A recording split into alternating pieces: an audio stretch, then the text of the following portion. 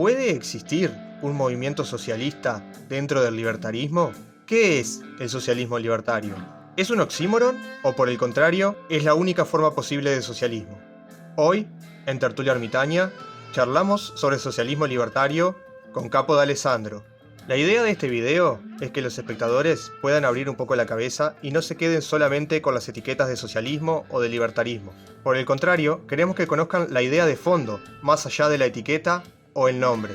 ¿Realmente es tan diferente lo que plantea el socialismo libertario de lo que plantea el anarcocapitalismo? La respuesta la tendrán luego de escuchar este programa, pero la conclusión a la que lleguen es totalmente personal. Nosotros solamente hacemos preguntas y damos nuestra opinión. No tiene por qué ser la tuya. De hecho, si compartís o no compartís nuestra opinión, podés dejarlo en los comentarios. Ahora, sin dar más vueltas, comenzamos con el programa. Bueno, pues nada, primero decirles gracias, ¿no? Por invitarme, porque, bueno, fue muy espontáneo, la verdad. No, Y pues bueno, nada, te quiero hacer así la primera pregunta para que se entienda bien clarito.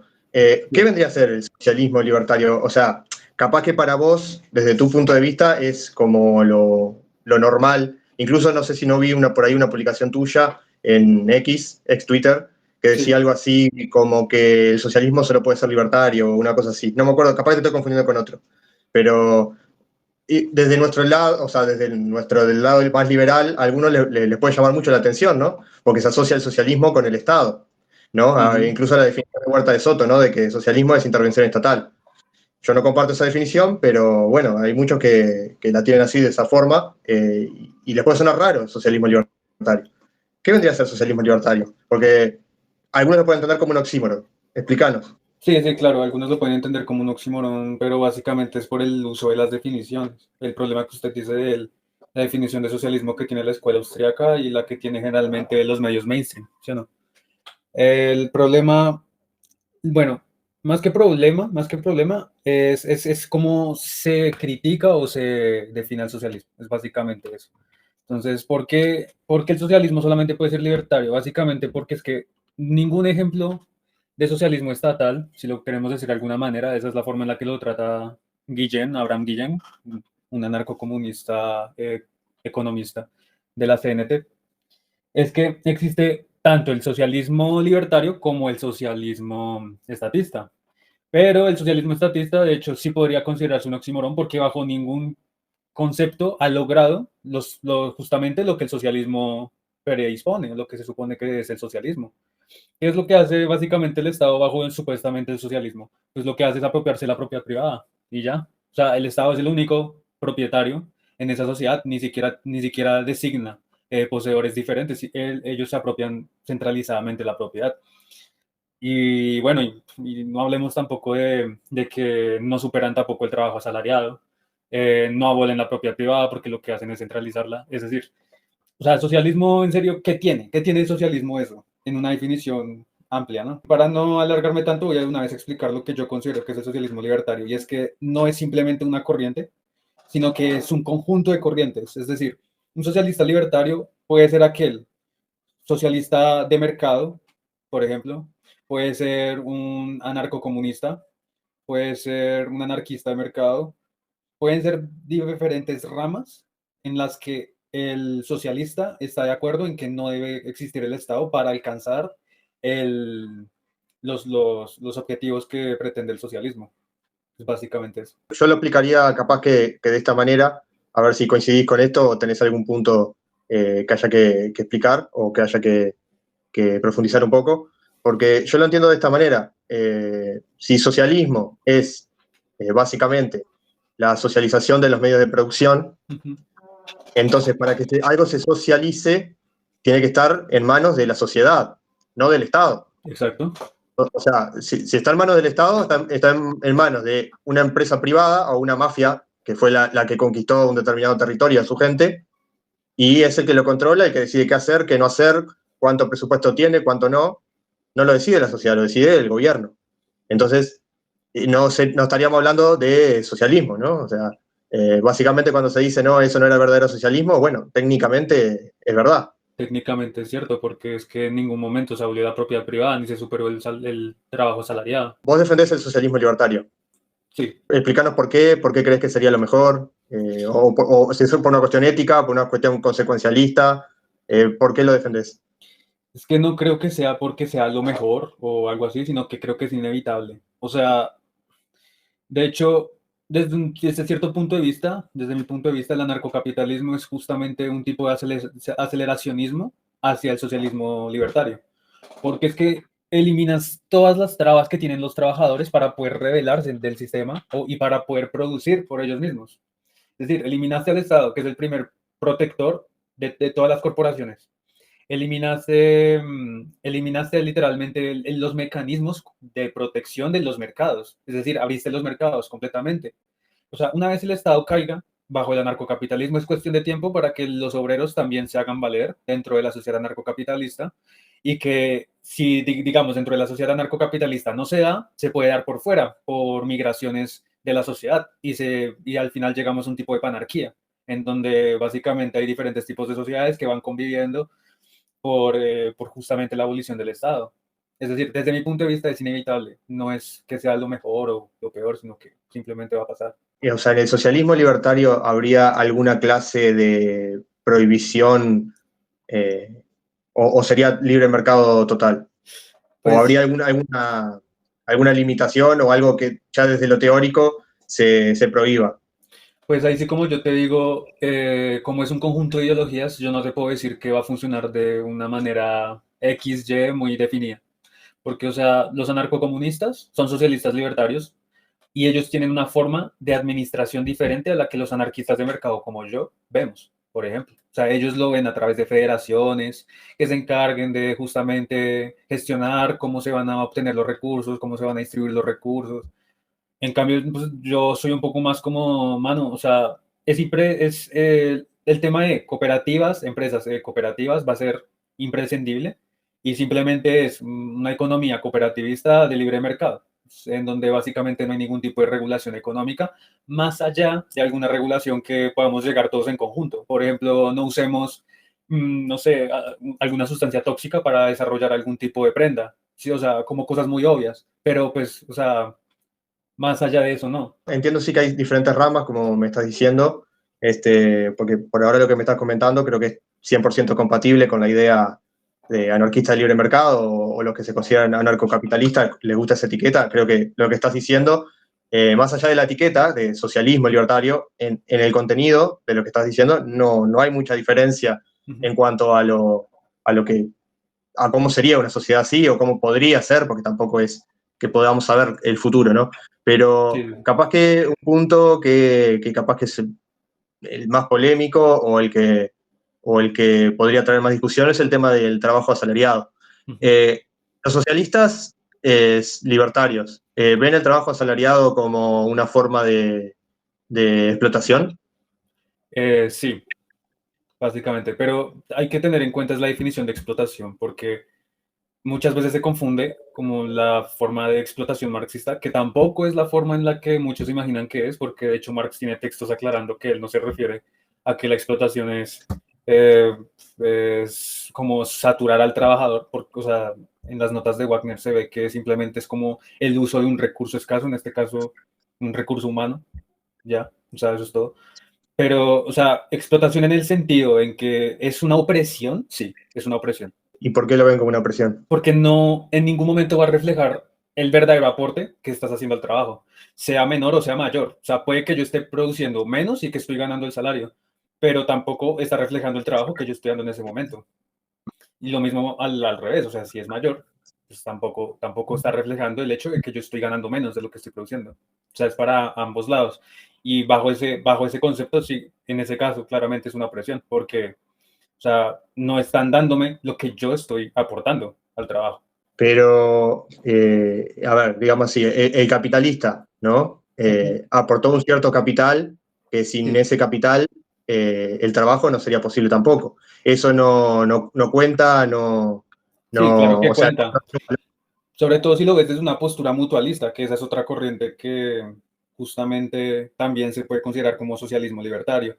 El mutualismo, al final, Proudhon lo que plantea es que puede haber una convivencia entre el trabajador y el capitalista, claramente, porque es que los dos están aportando y eso es innegable. O sea, el capitalista aporta capital y el trabajador pues aporta labor, ¿no? De trabajo. Es innegable. Pero el problema es en las formas, porque, o sea, en los tiempos de Proudhon se solía, sobre todo, cobrar unas rentas muy altas a los trabajadores que usaban el terreno del capitalista para trabajar. Y cuando la producción era mayor de los trabajadores, los capitalistas solían cobrar más porque pues, la producción había rendido más.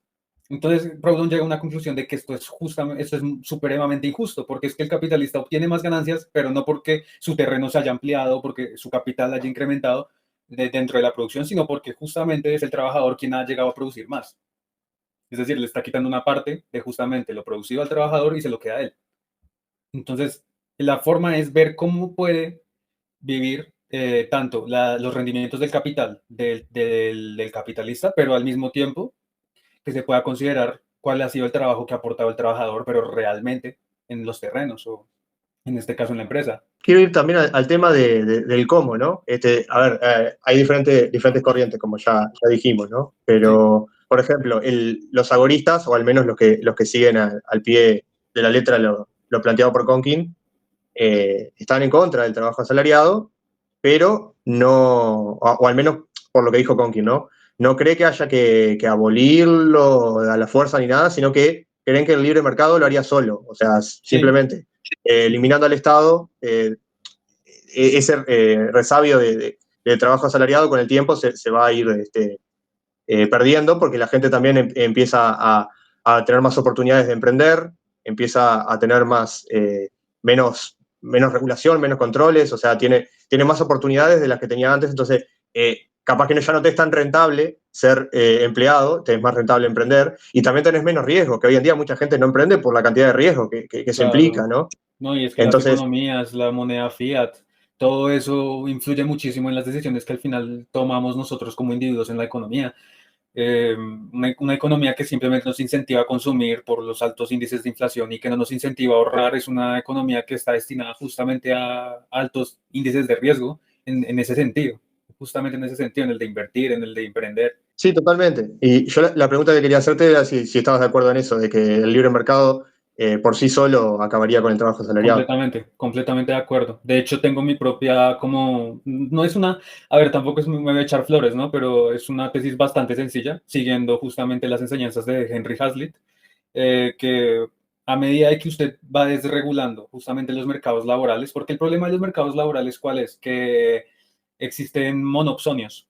¿Un monopsonio qué es? Cuando el consumidor tiene justamente el poder de mercado. Porque el consumidor en el mercado laboral tiene el poder de mercado? Porque ¿quién consume el trabajo?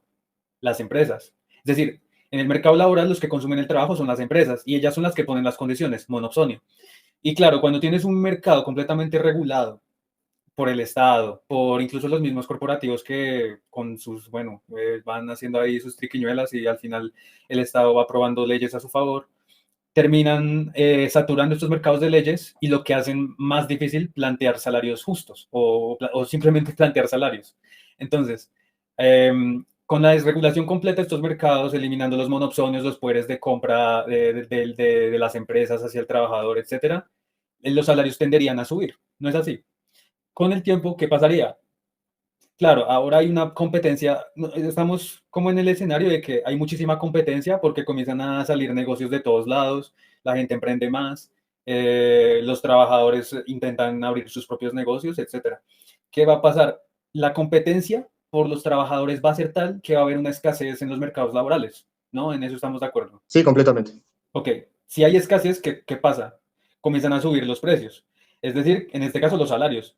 Y van a subir, o sea, tenderían a subir tanto que básicamente tenderían casi que a infinito, por decirlo de alguna forma matemática. Obviamente que no tengo cuentas, no tengo nada de eso, son suposiciones, pero, o sea, a mí me hacen sentido. Eh, entonces, ¿cuál es la necesidad de competir con algo que siempre va a tender a subir por la escasez que implica? Pues básicamente el salario no tendría sentido. O sea, seguir compitiendo por salarios más altos no tiene sentido cuando tiene infinito. Entonces, ahí necesitas otra forma de competir. Y en este caso, ¿cuál es? Ofrecer partes de la empresa, ofrecer acciones, volverlos socios. O sea, básicamente derivas a una sociedad cooperativa, simplemente. Bien, ahora un poco más adelante voy a dar mi opinión sobre eso, pero quiero preguntarte la parte del valor trabajo. Si vos, por ejemplo, crees en el valor trabajo.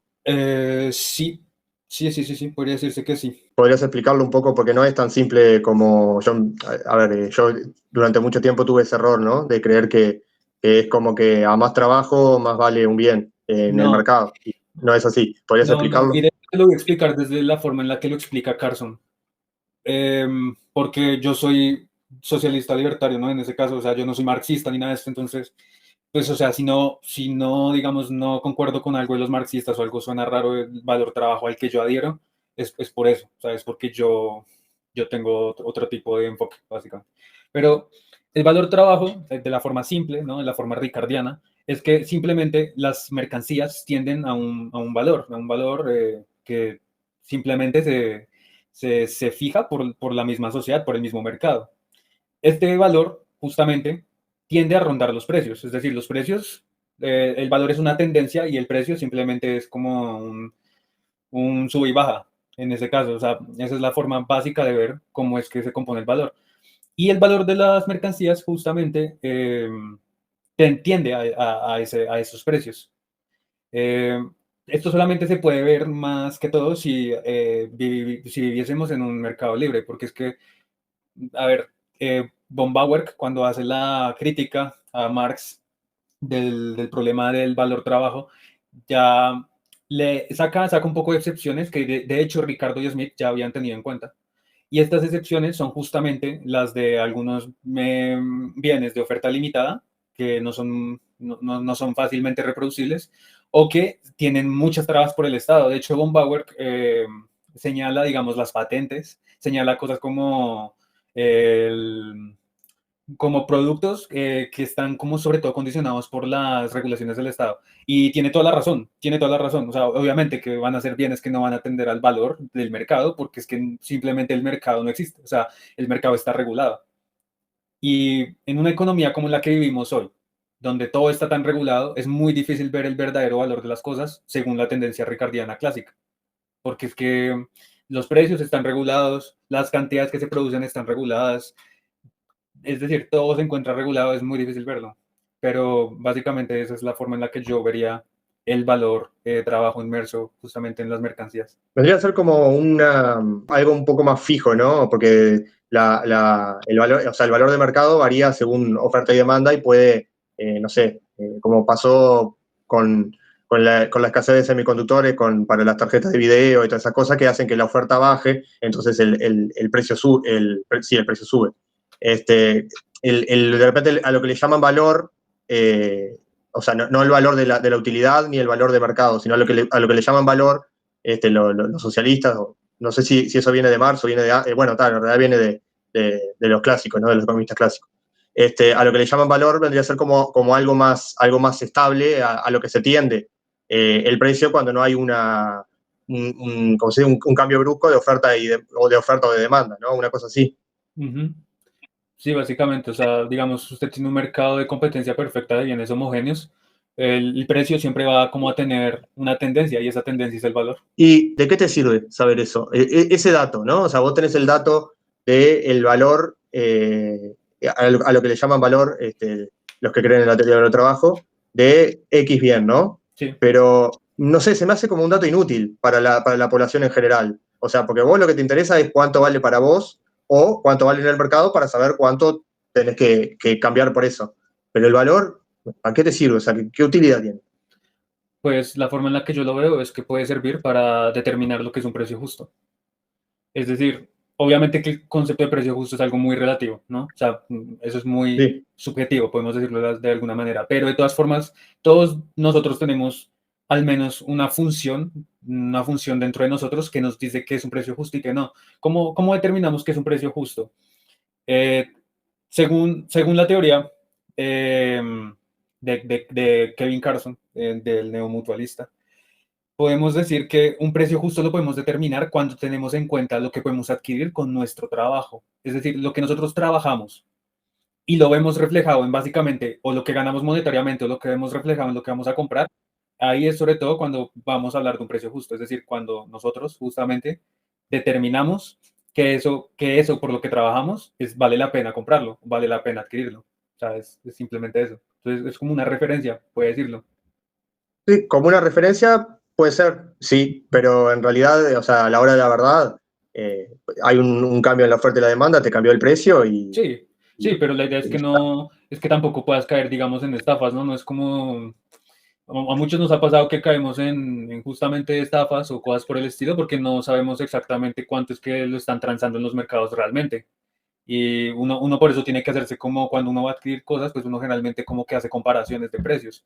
Y así por lo menos entiendes cuánto más o menos tienes que pagar por eso. Y no lo que te están diciendo que tienes que pagar, porque pues, pueden estar sobrevalorando el bien de lo que realmente vale. sí, capaz que de repente para también, de repente estás comprando algo en un lugar que te sale más caro que en otro lugar, capaz que por ahí cerca, que te lo están vendiendo más barato Sí, y es capaz que una referencia para eso. No sé, se me ocurre, porque Sí, pero eso de tener el valor, ¿no? Voy a enfocar en esto, después tengo otras preguntas. Del valor, a ver, decir cuánto vale un X producto, el valor base, ¿no? Hablando, involucrando el tiempo de trabajo, los materiales, la energía, etcétera. Bien, también hay que tomar en cuenta que el transporte no es lo mismo que yo compre acá X producto cuando la fábrica me queda a 100.000 kilómetros y el otro que la tiene al lado va directo a la puerta de la fábrica a buscarlo. Es decir, hay ciertas cuestiones del valor que a veces el mismo producto no va a tener el mismo valor. Y vos vas a decir, güey, pero es el mismo producto, sí, pero las distancias, la mano de obra, que, al venderlo, etcétera, que es diferente. Entonces, sí, hay que tomar en cuenta, por eso digo, varios factores. Es decir, también considerar que es justo, un valor justo. Justo sería el que, si un producto me vale 100 producirlo y lo vendo 200 300 y lo vendo, muchos podrán decir que le estoy sacando un 200% un 100% de ganancia, pero ahora mi costo de vida y lo que yo tengo que sobrevivir para seguir produciendo, hablando de la alimentación, vivienda, educación, lo que porquería tenga uno de gasto común, o sea, también se tiene que tomar en cuenta. Entonces, es decir, hay varias cosas que están por detrás de un producto simplemente, de el valor con el que está hecho. Sí, acá yo veo, por ejemplo, un lápiz que está hecho de grafito, de palo y pintura. Está bien, pero la distancia y una cantidad de factores que determinan eso. ¿Se entiende? No es lo mismo un trabajador que me va a vender ese lápiz en, no sé, en Suecia, que uno que me lo va a vender, no sé, en Sudáfrica. Porque los costos de vida de X lugar, la cantidad de materiales, la escasez de materiales para producirlo y eso son diferentes, la calidad de mano de obra, el costo de la mano de obra es diferente, entonces podrá ser el mismo producto, como pasa con marcas conocidas, pero el costo de materiales, mano de obra es diferente dependiendo de dónde se fabrica el producto, que es lo que brinda el margen de ganancia. Pero eso básicamente creo que al único que le interesaría eso es básicamente al capitalista, el valor del producto real porque ahí él ve en el mercado el precio base que pone para ver la oferta y la demanda que tiene. Y a partir de ahí, la oferta y la demanda que tiene, ve con el stock que tiene y el valor que le pone al final, ¿no? O si yo tengo 100 pares de zapatos y lo vendo a un precio muy bajo, no tengo para abarcar el stock. Entonces, si yo lo pongo a un precio muy bajo, lo voy a terminar subiendo porque no puedo satisfacer la necesidad de todos los compradores. Entonces aumento el precio para mantener la mercancía teniendo un stock. Básicamente eso es lo que sucede, me parece. Entonces, es decir, el precio también base es simplemente para el productor del bien. Ahora, para los compradores, en realidad va a ser por la necesidad que vos le des a ese producto, básicamente. Porque si yo te pongo un precio absurdo, tal vez vos no lo pagues, pero otro tal vez lo haga. Entonces, decir, ¿será justo, será injusto? No, vos estás dispuesto a no sacrificar tanto dinero para obtener un producto que para vos es innecesario gastar esa X cantidad de dinero. ¿Se entiende? Entonces, por ahí parte, creo yo, el valor subjetivo, ¿no? Y también, al no comprar el producto porque el valor es muy alto, va a tender a la baja. Entonces, como te digo, o sea, la justicia no aplica mucho cuando es todo caótico, ¿no? Así que dejas que la gente elija y que no elija, creo. Ahora, por el tema de la definición real de socialismo, como para entender para entender ¿no? La idea del socialismo liberal, ¿no? Para entenderlo, el significado de socialismo y a partir de ahí, que igual Maxi había dicho, ¿no? Que es la sociabilización de los medios de producción. Ahora bien, ¿es eso simplemente o hay algo más? Pues, o sea, eso es lo básico, eso es lo básico. Y eso va a conllevar a muchas más cosas, por ejemplo, la superación del capitalismo, la superación del trabajo asalariado. Es decir, o sea, lo principal es la socialización de los medios de producción, pero para alcanzar eso hay otros pasos previos y posteriores que también están inmersos en eso, como lo que acabo de mencionar. Igual es para no hacerlo tan extenso, porque igual pues la idea acá tampoco es leer la página entera de Wikipedia de la definición de socialismo, sí, pero a grandes rasgos es así. Si quiere le respondo a lo que está diciendo usted ahorita de los precios, y es que estoy completamente de acuerdo con usted, o sea, obviamente que los precios van a variar dependiendo del área en el que estemos, porque no todos tienen los mismos recursos, los transportes son diferentes, la mano de obra también varía, obviamente que todo eso influye. El valor simplemente es una tendencia que se sigue un producto mundialmente, es decir, es usted sacar promedios en todo el mundo. Y ya, o sea, si los precios van variando, pues obviamente que uno tiene que investigar por qué van variando. Si, pero el concepto de precio justo, justamente lo construí de forma subjetivista. Es decir, es el individuo el que le da ese valor de justicia a las cosas. Es decir, si yo con mi trabajo, yo con lo que trabajé y con lo que estoy ganando, pienso que me es rentable o que me es beneficioso comprar algo, ahí ya estoy haciendo justicia ahí estoy haciendo un precio justo. Es decir, esto fue por lo que trabajé. Es básicamente un concepto individualista suyo de lo que usted quiere adquirir respecto a lo que usted trabajó. Simplemente es eso, es un concepto completamente subjetivo. Excelente. Ahora, el otro, ¿no? Del trabajo asalariado, ¿no? Que es como una opresión, habías dicho, ¿verdad? Sí, Es que en realidad a ver, yo en parte estoy de acuerdo, en parte no, ¿no? O sea, estoy de acuerdo cuando no hay otra opción, se podría considerar que sí, o sea, no hay otra opción. Pero ese es el problema, de sí. que abriendo otra opción, o sea, uno tendría la capacidad de elegir, porque hoy en día lo que más se toma eh, como modelo normal, que normalizado es ¿no? El empresario y el trabajador o el capitalista y el trabajador, ¿no? La relación entre el capitalista y el trabajador, que uno pone los medios de producción y el dinero y el otro pone la mano de obra. Entonces, es decir, eh, ¿no será que parte que hay que empezar a considerar? Porque hoy es posible, como yo he mencionado esto varias veces, que soy uno de los partidarios, ¿no? del cooperativismo voluntario, que hoy es posible cualquier trabajador, es como digo, ¿no? De poder emprender en esa idea. Es, simplemente está en la voluntad, o sea, o precisan que un capitalista lo haga. Creo que por Mm, ahí va, ¿no? O sea, porque en realidad no hay que idealizarlo, o sea, hay que hacerlo. No es un tema de que tiene que venir alguien a hacerlo, sino tenemos que hacerlo nosotros. Entonces, como que aparte, es como, ¿cómo te puedo decir?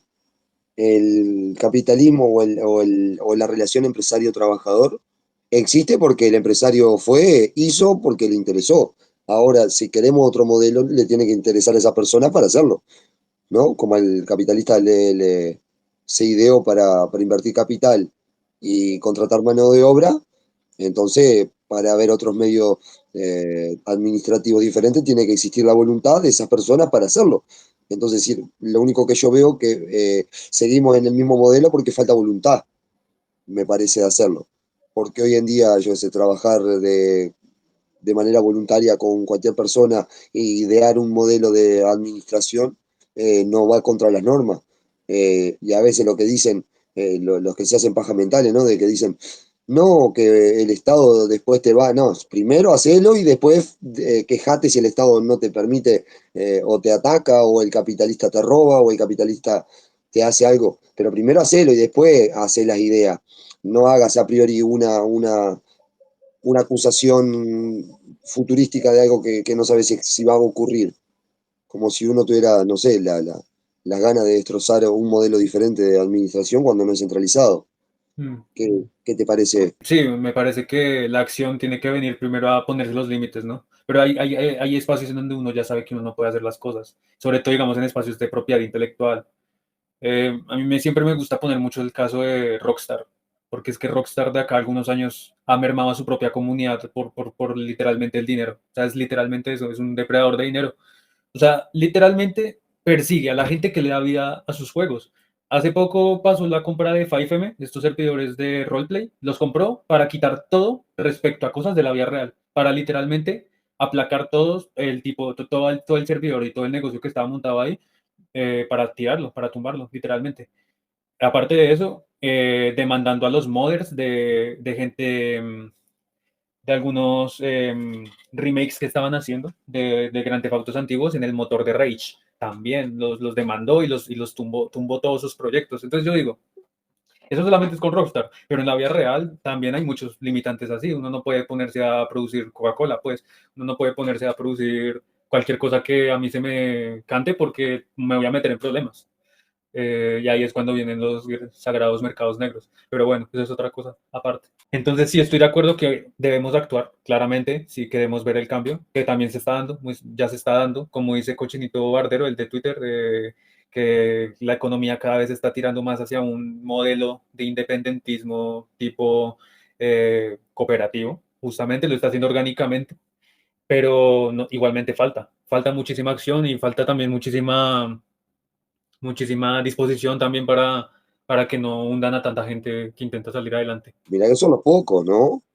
Digo, estaba hablando de cosas puntuales que digo para hacer casos puntuales porque deben ser de algo de mucho dinero que abarca a mucho público. Entonces, decir, ¿cómo podés decir que algo va a ser malo como que te vas a poner a producir algo y alguien te va a venir a derrumbar o sin no, no lo hiciste? O sea, tenés ejemplos de gente porque compite o lo que sea o tiene la capacidad de eliminar la competencia, lo hace, pero tipo, pero te vas a quedar esperando y no vas a dar batalla porque existe la posibilidad de que puedas perder. Eso no será de que la incertidumbre es lo que hace que nos quedemos quietos, de no salir de la zona de confort, que la zona de confort es tan preciosa que dar un pasito afuera como que no se puede aparecer un bicho de tres cabezas que nos puede devorar, y ese miedo no nos permite el progreso. Me parece que es un poco más eso que cualquier excusa que podamos poner. Porque, a ver, yo estoy, como te digo, estoy totalmente de acuerdo con, con cualquier tipo de idea que beneficie al individuo, ¿no? Y más aquellos que son más vulnerables de la sociedad. Pero ser pesimistas en una idea, entonces, por definición, entonces, es inútil. Porque si estás pregando una idea, la cual está llena de agujeros porque estás viendo de que ponerle, te la van a destruir, es porque muy buena no es. Entonces, predicar algo que es muy bueno, pero es inútil porque no vas a llegar a nada, es como, no sé, hacer un castillo de agua, ¿entendés? En el mar. O sea, es algo inútil, no se puede, ¿no? Porque la idea está muy buena, pero, no, si la llevas a la práctica te va a pasar esto. Entonces, es como decirte, subiste este auto que cuando lo prenda explota. Bárbaro, buenísimo, vamos a hacerlo. No, entonces hacer un auto así es al pedo. Entonces, predicar un auto que no sirve para nada es medio contraproducente. Gastar esa energía en algo que no vale. Ya, pero es que el auto no explota por sí solo, el auto explota porque le ponen un C4. O sea, es que es O te así. lo chocan también, no puede venir otro y te lo choca.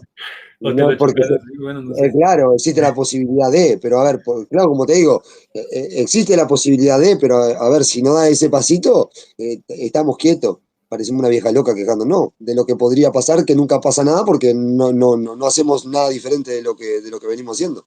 Sí, yo ¿Se entiendo entiende? completamente el punto y creo que ese punto justamente justifica los mercados negros, los mercados sumergidos. O sea, todo aquel que quiera realmente salir adelante tiene que, o al menos con ideas como de las que estamos hablando en este momento, tienen que hacerlo por mercados sumergidos y no tanto por mercados formales, porque muy seguramente les va a pasar lo mismo que le pasó a este man que reparaba iPhones, yo no sé en dónde, y literalmente iPhone lo vetó, lo demandó porque reparaba sus dispositivos. Es que es brutal, güey. Bueno, a ver, siempre está el tema de las etiquetas, las terminologías y las definiciones, ¿no? De cómo entiende uno una palabra, cómo la entiende otro, y de repente podemos estar hablando de lo mismo, pero como dos personas definimos diferentes las palabras, parece que estamos hablando de cosas totalmente contrarias, cuando en realidad estamos hablando de casi lo mismo. Entonces, en base a eso te pregunto, ¿qué es lo que te diferenciaría, o sea, qué es lo que te diferenciaría de la forma en la que vos pensás de la de un anarcocapitalista? O sea, un anarcocapitalista de verdad, ¿no? No alguien que esté a favor de las grandes corporaciones. No, un anarcocapitalista, un anarquista de libre mercado, digamos, ¿no? Sí, que no vota, no de esos que son Sí, sí, anarquistas que sí, votan. No, no. comprendo. Claro, sí, va a aclarar porque hay cantidad de pelotudo, ¿no? Sí, sí, claro. Pues, a ver, por decirlo de algunas formas, las jerarquías, ese siempre es un tema que se toca como entre los anarquistas y los ANCAPs. O sea, el tema de las jerarquías siempre es un tema que como que sale. Muchos ANCAPs no le ven problema a las jerarquías verticales y pues la mayoría de anarquistas, pues sí. O sea, obviamente que las jerarquías deben ser eso, horizontales. Ese es, yo creo que la principal, junto con lo del tema del trabajo asalariado. Creo que esas son las dos cosas que nos diferencian a gran escala. Eh, Porque mucho más no hay. Bueno, a excepción de, digamos, ya algunos ANCAPs que como que siguen la tradición de Rand, que sí impuestos voluntarios, que sí, no sé, weón, nos ponemos a hablar acá de derecho privado y esas cosas, weón, no sé. Eso ya, hasta ya yo no me meto, pero las dos principales que vi, jerarquías y trabajo asalariado, eso es lo que nos diferencia. Pero el tema de las jerarquías, o sea, ¿a dónde aplica? Porque, a ver, una cosa es una jerarquía. Te voy a poner tres casos diferentes, ¿no? Que incluso puede haber más. Se me ocurren tres ahora a simple vista. O sea, así rápido, se me ocurren tres. Que Sí. sería el tema de una jerarquía política, ¿no? Que estaríamos hablando de un gobierno que te dice lo que puedes hacer y lo que no puedes hacer en base a su propia conveniencia. Una jerarquía laboral, ¿no? Jefe, empleador y empleado. Y una jerarquía puede ser también, por ejemplo, un padre y un hijo, ¿no? O un alumno Sí, y un profesor, ¿no? Entonces, ¿cuáles son las jerarquías a las que nos estamos refiriendo en este caso? la tercera definitivamente no. O sea, la tercera es muy normal, muy común. Es como en la jerarquía en el que hay personas que son más lindas que otras. O sea, eso no se puede abolir bajo, o sea, no se puede. Es imposible abolir que yo sea más feo que otra persona. O sea, en ese tipo de jerarquías de alumno también, el que sabe más y el profesor, bueno, profesor, alumno, el que sabe más, le enseña al otro, bueno, eso tampoco se puede abolir. Es completamente, o sea, a ver, eso siempre va a existir, pero las que no son las primeras dos. Primero es la de un poder político que va diciendo las cosas como se le va cantando, y la segunda es la de un jefe sobre un empleado, porque es que existe poder económico de uno sobre otro y puede haber manipulación, puede haber un millón de cosas que suceden en una economía capitalista. Bueno, pero los anarcocapitalistas tampoco creen en la primera, ¿no? O sea que la diferencia Sí, sería básicamente el trabajo asalariado. y el tema del jefe no. Los ANCAPs rechazan también la del jefe y el empleado. Bueno, por eso, pero es eso, ¿no? O sea, el trabajo asalariado, o sea, se puede Pues resumir en eso. Pues, o sea, sí, sí, pero ahí va más que todo enfocado como al poderío económico, ¿no? O sea, hay poder económico y eso es innegable en las relaciones de esas dos personas. Y yo quería dar un tema de aclaración con el tema de las jerarquías, ¿no? Las jerarquías es el poder que tiene uno sobre otro, ¿no? Eso sería pues, una jerarquía, o sea, el poder que tiene una persona sobre otra. Ahora, el verdadero problema para mí yace en, en vos no poder tener la libertad de poder salir de una jerarquía o de un sistema jerárquico en el cual vos permaneces en tu estatus, vamos a decir, ¿no? El estatus más bajo de la jerarquía, ¿no? O sea, no hay una movilidad jerárquica o no hay bueno, yo quiero salir de acá. Creo que para mí el primer problema es ese, porque la economía no, o sea, no existe para mí una jerarquía y yo no lo voy a poder ver una persona que tenga más capital o no, a ver, no tiene ninguna influencia sobre mí. Eh, la del empleado y empleador. Tiene influencia sobre mí porque yo decidí estar en esa influencia y voy a estar ahí en cuanto yo tenga, en cuanto yo quiera y él quiera que yo esté ahí. Entonces, decir, eso es una jerarquía de dependencia, o sea, uno está el tiempo que quiera. El de un padre y un hijo depende también, porque, o sea, el hijo crece y la jerarquía ahí simplemente va a quedar como un título, papá, hijo. Pero la jerarquía ya hace cuando el hijo no tiene la autonomía suficiente como para acarrear con las consecuencias de sus actos. Por tanto, las acarrea el adulto, el padre, el referente. Entonces, es decir, Entonces el adulto es cuando se tiene que hacer cargo, pero el niño cuando pasa a ser adulto y acarrea con las consecuencias de sus actos, simplemente el estatus de papá e hijo se queda en eso. O sea, vos podés respetar o no a tu padre, hacerle caso o no a tu padre después de determinado tiempo que tengas autonomía. Entonces, sí, esos son tipos jerarquías pasajeras, pero ahora la jerarquía creo que es la que son eh, las preocupantes, son las de someter uno al otro mediante contra su voluntad, o al punto de un lavaje cerebral de que el esclavo no sepa que lo es. Creo que ahí ese es el tema del el problema de la jerarquía. Porque después las jerarquías existen y van a existir y son voluntarias o son pasajeras, pero es ahí donde va el punto. En cuanto el ser humano no tenga la libertad de decir no, las jerarquías serían represivas si no tenés la libertad. Porque ahora, en cuanto tengas libertad, cualquier jerarquía es una pasada, una anécdota para un individuo. Pasé por acá y me fui, o me echaron, o, ¿entendés? Una anécdota. Pero ahora cuando vivís en una jerarquía en la cual tu estatus se mantiene y tenés que rendir cuenta y sos, eh, vamos a decir, propiedad del jerarca, ahí ya cambia, ¿no? Porque el individuo ya no es individuo, pasa a ser cosa de otro. Y eso me parece el problema más grande de la jerarquía. Sí, capaz que un ejemplo de jerarquía totalmente voluntaria podría ser, por ejemplo, un juez en un partido de fútbol, ¿no? O sea, el jugador de fútbol está ahí porque quiere, o si no quiere, deja de jugar y se va, ¿no?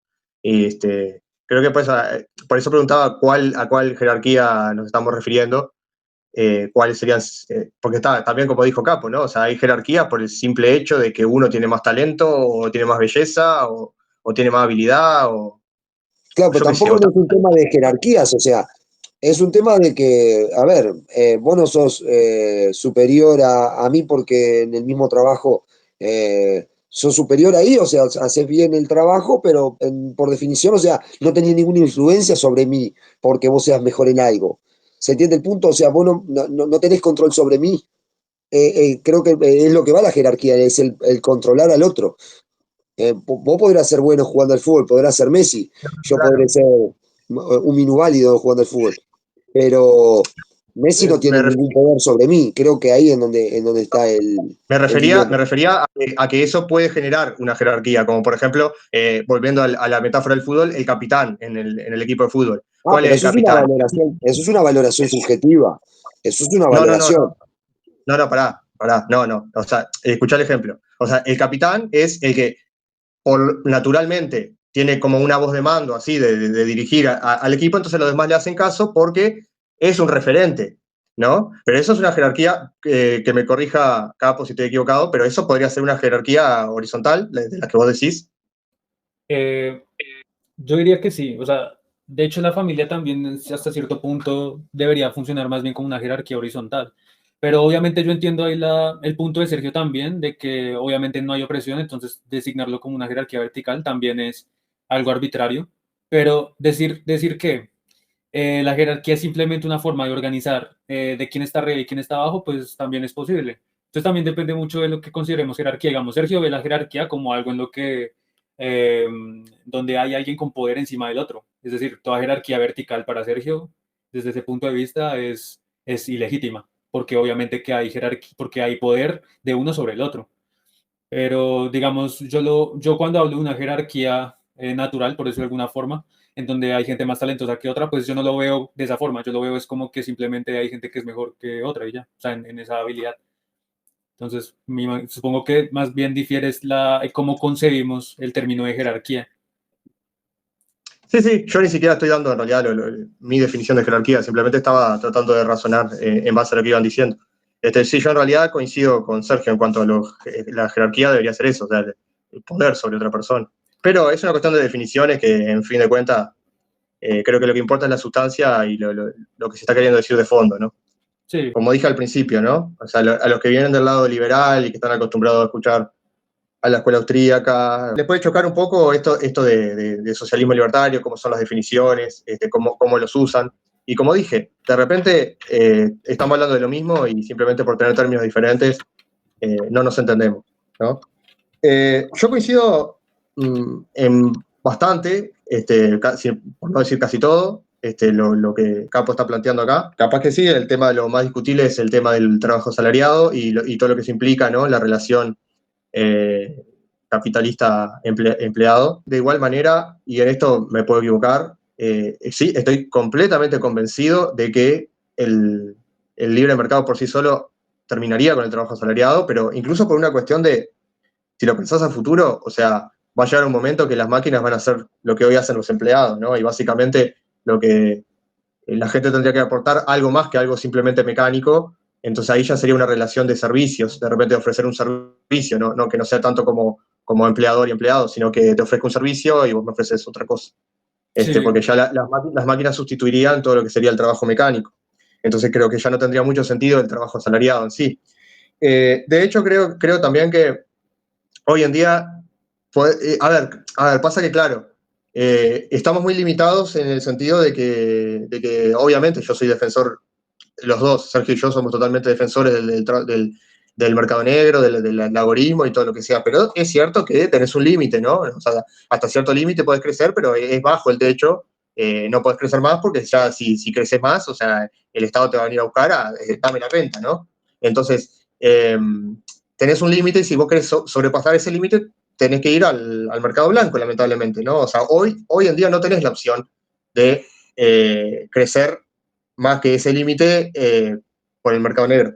Entonces, hoy tenés que recurrir al mercado blanco y eso hace ya de por sí que se distorsione un montón lo que es el mercado. O sea, el Estado distorsiona el mercado. O sea, distorsiona la oferta, distorsiona la demanda, distorsiona los incentivos de unos, de otros. O sea, es como que es un distorsionador del mercado, aparte de muchas otras cosas del Estado, ¿no? El gobierno. Eso hace que muchas cosas no las veamos a simple vista. Muchas cosas que nos pueden parecer obvias, en realidad no son tan obvias, y otras que no parecen tan obvias puedan ser más obvias. O sea, hay una gran distorsión, quiero decir, de lo que sería el orden espontáneo. sí, de hecho Pero la yo creo que hoy en distorsión, día, ¿cómo? de hecho, solo quería complementar con que la distorsión es tan grande que a veces es difícil ver incluso la oferta y la demanda y la competencia actuando en los mercados en los que vivimos hoy. Porque es que Exactamente. son tan diferentes a lo que plantea la escuela austríaca y la escuela clásica, neoclásica, que nada que ver. Sí, sí, totalmente. Entonces, yo creo que hoy también un poco culpa de esa intervención estatal, no vemos ciertas cosas no solo que no se ven, sino que no te deja probar tampoco. Porque yo creo que hoy en día, incluso el trabajo como está siendo ejecutado hoy en día por la gran mayoría de empresas, es ineficiente. Porque, a ver, lo que decías vos, ¿no? Un poco de que yo soy empleado, perdón, ¿no? De una determinada empresa. De repente, por una cuestión no sé, de que aumenta la demanda, no sé, producimos autos eléctricos, ¿no? Y de repente al principio no se vendían mucho y después empieza a aumentar muchísimo la demanda de los autos eléctricos, empiezan a vender más y de repente el capitalista gana mucho más, pero el empleado gana lo mismo porque, bueno, se acordó un determinado salario y sigue ganando lo mismo. Entonces, eso, aunque pueda parecer lo contrario, es totalmente ineficiente para la empresa, porque, o sea, vos no tenés a un trabajador con, Incentivos a producir incentivos para más. producir más. Claro, no tiene ningún incentivo para producir más. Entonces, yo, por ejemplo, no soy del todo cooperativista porque entiendo que las personas en sí mismas son diferentes y pueden tener diferentes motivaciones y diferente entusiasmo en una empresa o en la otra. No creo que, o sea, no soy de las cooperativas de 50% y 50%, ¿no? O de todos iguales. Pero sí soy más partidario de una especie de, bueno, socios, no igualitarios necesariamente, puede que sí, puede que no. Y que, bueno, a ver, o que al empleado en vez de pagarle con un salario, se le dé un porcentaje, ¿no? De lo que es las ganancias de la empresa, ¿no? Que termina siendo como una especie de socio o una especie de accionista. Creo que eso sería lo más eficiente. Lo que pasa es que, claro, tenés que cumplir con un montón de leyes laborales que no te lo permiten en realidad. Ujú. Porque ya hoy en día, por ejemplo, te ponen un salario mínimo, ¿no? Y el salario Sí. mínimo, y si la empresa tiene pérdida, ¿y qué le pagás negativo no podés. Entonces, ya las leyes laborales de hoy en día ya te están impidiendo probar ciertas opciones que probablemente sean más eficientes. No sé cómo lo ven. Sí, yo estoy de acuerdo. Bueno, es genial. Pensé que Pues, o había sea, algo para... no tengo nada más que añadir, es que es literalmente eso. Pensé que... O sea, si me preguntan más a fondo, a mí me gustaría que los salarios fuesen dinámicos y que se pudiese, o sea, también es muy difícil ver el verdadero valor de las cosas y todo ese miércoles porque no vivimos en libre mercado y es supremamente utópico por el momento, pero si el salario fuese dinámico y se pagara más por producir más y se diera menos por producir menos, sería muchísimo más acorde a lo que realmente pasa en la economía, lo que pasa en la empresa. Sí, totalmente. Es más, yo pienso, por ejemplo, porque yo, o sea, he sido muchos años empleado, ¿no? Y yo pensaba, por ejemplo, también con qué estado de ánimo, ¿no? O sea, que el estado de ánimo... A ver, vamos más para atrás. ¿Por qué se dejó de poner en práctica la esclavitud, ¿no? La esclavitud clásica? ¿Fue porque el Estado sacó una ley? No, fue por ineficiencia. O sea, el empleado rendía muchísimo más que el esclavo, ¿no? Entonces, también aplicando esa lógica, habría que ver cómo haces para que las personas estén más motivadas a producir, ¿no? Entonces, yo, por ejemplo, no sé, un día estoy mal por algo, ¿no? O sea, tengo un problema familiar o lo que sea, estoy mal por algo. No tengo ganas de ir a trabajar ese día y tengo que ir. O sea, tengo que cumplir la jornada laboral, ¿no? Y eso, en realidad, al contrario de lo que puede parecer a simple vista, en realidad está bajando tu nivel de producción, no subiéndolo. El hecho de que te obliguen a ir a trabajar cuando... Y en cambio, si se pagara por producción y no por jornada, ¿no? Sería incluso la empresa, sería bastante más productivo. Ahora, el cómo se organizaría todo eso, yo no lo tengo del todo claro, eso habría que... Es también prueba y error, ¿no? A ver qué funciona y qué no. Que hoy en día no te están dejando probar. Sí, ¿no? Muchos incentivos que podrían hacerlo así. Bueno, digamos, yo trabajo así, yo trabajo justamente así. Mi trabajo principal es por resultados y no por horarios de trabajo. O sea, yo puedo laburar 5 horas a la semana o una o 7, pero es dependiendo de lo que tenga que hacer. Entonces, solamente me piden el resultado, pues yo voy a poner el tiempo que necesite ahí y ya. O sea, y el resto estoy libre. O sea, es muchísimo más eficiente. Yo estoy mucho más contento que simplemente ir al lugar a estar 8 horas sin hacer ni chimba. Y, o sea, vamos, es eso. Y pasa también, yo que fui empleado público en el pasado, ¿no? O sea, pasa también que al ser por una cuestión de jornada, sí, y no tanto medir el rendimiento, te pasa que de repente uno se mata laburando, otro se rasca las 8 horas y cobra lo mismo. Sí. O sea, Y no, y sí, sobre todo, no, si usted me dice que era un cargo público, eso es un chiste, weón. O sea, acá en Colombia se pasan todo eso por donde mejor les da. Acá los memes sobre empleados públicos es demasiado recurrente porque es que tienen muy mala fama. O sea, esos manes trabajan 8 horas, pero son 4 horas para almorzar y el último tramo del día se van para la casa más temprano. Es que es así. y sí, pero es que no tienen incentivo a hacerlo diferente. O sea, ¿Cómo si te vos sabés que no vas a cobrar lo mismo. Sí, Claro, es que como yo a veces digo, ¿no? La tijera corta siempre para abajo en ese caso cuando tenés un salario. Porque son 10 personas trabajando y una trabaja más que las otras 9, voy a decir, esto es loco, ¿entendés? sí, es que el trabajo Estás asalariado, tratando respecto a lo que dice ¿entendés? Sergio, Claro, estoy trabajando para ellos, lo primero que decís. Y empezás a bajar tu producción, ¿entendés? Hacer lo mínimo indispensable. es que, Sergio, de hecho, viéndolo desde su posición, el trabajo asalariado, desde mi punto de vista, funciona como si todos en un salón sacaran la misma nota, a pesar de que hay alguien que haga más que otros, y los otros se rascan Claro, por literalmente, Y o sí, eso, sea, por, es literalmente eso. por eso a mí me da gracia a veces ciertos ejemplos que brindan cuando dicen, te suben de rango, ¿viste? Cobrás más y te esforzás. No, mentira. Hay Sí, trabajo que por más que te esfuerces, sí, mentira. Por más sí, que sí, te sí, sí, esfuerces completamente. y reme y sea el mejor, va a quedar en ese puesto ahí, va a cobrar eso porque sos muy eficiente en ese trabajo, en ese lugar, y no te vas a mover de ahí porque, a ver, si sos bueno haciendo eso, ¿para qué te voy a subir de rango? Pues sí, para que ya no lo haga. Claro, claro, para que venga otro inútil, que no, ahí va, encontré un tipo que hace el trabajo impecable, le pago X cantidad, le paga un sueldo y el tipo hace un trabajo espléndido. Si el tipo está trabajando duro porque cree que va a ascender, está en el horno porque va a quedarse ahí porque es muy bueno haciendo lo que hace. Entonces, es decir, no hay motivación, al contrario, es muy eficiente lo que hace para lo que le pago. Entonces, es decir, ascenderlo es perder un funcionario en ese lugar que es muy bueno. Entonces, es decir, hay veces que no aplica la lógica lo, lo que te dicen que trabaja duro y será ascendido. Capaz que en otro No, laburo será no, ascendido. no, no, no, eso es el sueño americano, weón, eso ya hace mucho tiempo que no funciona.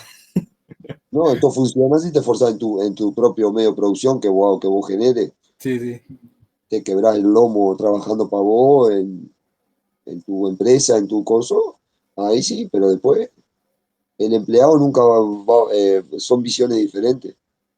El empleado siempre va a valer por el interés propio y el capitalista por el interés propio. El interés capitalista es que tener buenos funcionarios que hagan el mejor trabajo posible para hacerme ganar. Al menor Y hay, salario posible.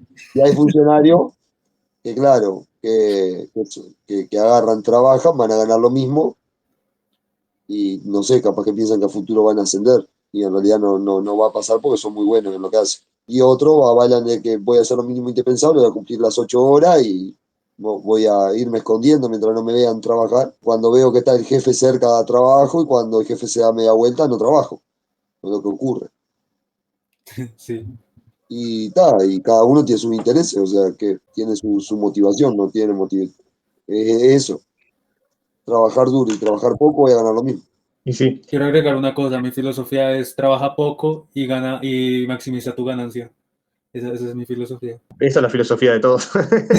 Bueno, no, estábamos en la sintonía. Como conclusión, yo lo que, porque, a ver, me parecía importante también hacer este video, porque para abrir un poquito la cabeza y que las personas no se queden simplemente con las etiquetas, ¿no? Me pasa, por ejemplo, en X, ex Twitter, que algunos agarran y te dicen, ah, no, sos agorista, los agoristas son libertarios de izquierda, entonces es izquierda, es malo. Tú Cuando eres ni siquiera se zurdo, ponen, comunista, comunista. claro, es absurdo. Ni siquiera se ponen a pensar qué fue lo que quiso decir Conkin con izquierda, ¿no? Porque no tiene nada que ver con lo que ellos creen que es izquierda. Mm. Pero bueno, o sea, se quedan con la etiqueta solamente y no piensan un poco más allá de qué quiso decir el autor o qué estoy queriendo decir yo, independientemente de lo que haya dicho el autor, ¿no? Pero por eso, quiero que se abra un poco la mente y que no nos quedemos simplemente con las etiquetas. Lo mismo con el capitalismo, ¿no? Que de repente podemos debatir en otro video sobre el capitalismo, que yo puedo entender el capitalismo de una forma y vos lo puedes entender de otra, pero no nos quedemos con la etiqueta capitalista, vayamos un poco más allá de qué quiso decir la persona cuando dijo capitalismo, qué quiso decir la persona cuando dijo socialismo. Ya viste que ahora conversando tantas diferencias no tenemos, y bueno, a pesar de que las etiquetas puedan ser otras. Que eso ocurre, ¿no? Porque estamos todavía en esa dicotomía de querer ganar, de querer pelear y ser mejores, en esa lucha de ego, me parece, que caemos la mayoría, ¿no? En encerrarnos en lo que nosotros creemos que es correcto sin ponerlo a prueba ni escuchar. Mm. Entonces, sí, eh, venimos, todos venimos, ¿no? Otros transcurrieron más o menos el camino de mamar, capaz de creer en el Estado, de creer en la derecha, en creer en la izquierda, de creer en esas cosas que cuando vos estás adentro de ese circo tenés que avasallar y pelear y que es una lucha de ego. La derecha es buena, la izquierda es mala, la izquierda es buena, la derecha es mala. Y son unos fachos, unos asesinos, y quedan en eso. Entonces, es decir, no hay una discusión creativa, De racional. fondo. Exacto, no hay nada, o sea, es simplemente, y cuando hay cierta, por ejemplo, a ver, vamos a suponer, hay un debate, simplemente citan pruebas de que quién hizo más cagadas que otro y quedan en eso, a ver, pero ¿se aprende algo con eso o qué? A ver, no se gana nada. Entonces, si nosotros venimos a veces mamando eso de chiquito, entonces, claro, hay otros que están más alejados de las ideas que uno las entiende, que eso ya no sirve, o sea, no tenés ningún fanatismo de que te aferrás a nada, y otros sí. O sea, hoy capaz que el anarcocapitalista más fervoroso no es más que uno que odia al comunista. Entonces, decir, odiar al comunista, está buenísimo, pero tenés que odiar a la derecha también, tenés que Sí, odiar sí. si sos anarquista, tenés que odiar a todo aquel que mama del Estado. Pero si tenés cierta preferencia temporal por uno que por otro, es simplemente estás midiendo con una doble vara. Entonces sos un hipócrita, un doble moral. Entonces, todo tiene su nombre cuando empezamos a razonar. Entonces, es decir, tenemos que ponernos a prueba primero nuestras ideas, estar abiertos a mejorarla y no abrazarla. Porque si te están diciendo que estás haciendo algo mal de manera ineficiente, lo ideal sería para llegar a lo correcto es hacerlo lo correcto. Y lo correcto es la verdad. Entonces, si el camino que yo quiero tomar es llegar a la verdad, voy a estar sujeto a escuchar cualquier tipo de ayuda o de consejo, diríamos, o de tomar cierta idea del otro, porque acá no es tipo, ay, voy a tomar una de izquierda, ay, soy zurdo y ya me voy a poner con esa mariconada, como que, viste, soy como un infante, no como tengo un cuadro de fútbol y el mío es mejor que el tuyo. No, porque el razonar es diferente a eso, ¿no? Razonar es pensar, no es eh, odiar, no es aferrarme, no es fanatizarme. No es una religión pensar. Y esto va para otro video, ¿no? Pero el problema de algunos liberales, libertarios y anarcocapitalistas, entre comillas, es que no son lo que dicen que son, sino que simplemente son anticomunistas. Y esto, bueno, o sea, permiten cualquier otra cosa con tal de que le tiren basura al comunismo. Y ni siquiera se la tiran bien, porque ni siquiera saben lo que es. Estoy completamente de acuerdo, lo veo mucho, ¿no? Lo veo mucho de personas que, bueno, ya lo ves con el apoyo a Milei, ¿no? O sea, ahí lo ves. Es como que no son gente que está queriendo liberarse, sino que quieren un amo acorde a su medida, ¿no? Efectivamente, efectivamente. Como digo, ¿no? O sea, para mí, o sea, si yo tengo que defender mis etiquetas, que, a ver, siempre repito que no es para mí lo más básico defender la etiqueta, sino el tema de fondo. Pero si tengo que defender la etiqueta, te digo que eso no son verdaderos anarquistas, ni son verdaderos liberales, ni nada. No, Capo, conclusión final. conclusión final, que los Milei Boys son chavistas de color amarillo. Es todo lo que tengo que decir. Estoy de acuerdo. Bueno, no, muchas gracias por la participación. Creo que se aclararon muchas cosas. Y bueno, vamos a ver cómo reacciona la gente al video y vamos a estar atentos a los comentarios, a ver qué opinan, si están de acuerdo o no con las definiciones y si están de acuerdo más que nada con que habría que dejar de pelear un poco por el tema de la definición en sí y más por el tema de fondo de lo que se está planteando. Así que bueno, muchas gracias, Capo, y estamos en contacto. Nos vemos la próxima en algún debate de Twitter o algo. Muchas gracias Chau, a chau. ustedes. Espero que después de este video no me funen mucho por Twitter. Y bueno, nada, muchas gracias a ustedes por la invitación. Chau, chau.